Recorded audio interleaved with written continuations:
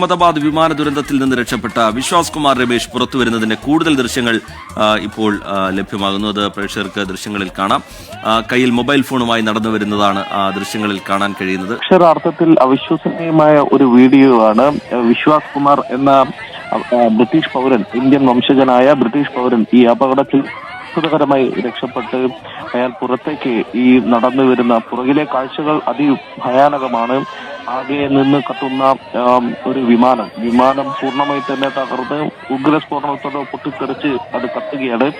അവിടെ നിന്ന് ആ കോമ്പൗണ്ടിൽ നിന്ന് പുറത്തേക്ക് ഗേറ്റ് വഴി നടന്നു വരുന്ന വിശ്വാസ് കുമാർ. അവിടെ ഓടിക്കൂടുന്ന നാട്ടുകാരും മറ്റുമൊക്കെ അവിശ്വസനീയതയോടെയാണ് അയാളെ കാണുന്നത്. പിന്നാലെ ആശുപത്രിയിലേക്ക് മാറ്റാൻ വേണ്ടി ശ്രമിക്കുന്നതുമൊക്കെയാണ് ആ വീഡിയോ. ഇതിന് ശേഷമുള്ള വീഡിയോ നമ്മൾ കണ്ടതാണ്. അവിടെ നിന്ന് പിന്നീട് ആംബുലൻസിന് തൊട്ടടുത്തേക്ക് അദ്ദേഹം നടന്നു പോകുന്ന ഒരു വീഡിയോ പിന്നാലെ പ്രചരിച്ചതാണ്.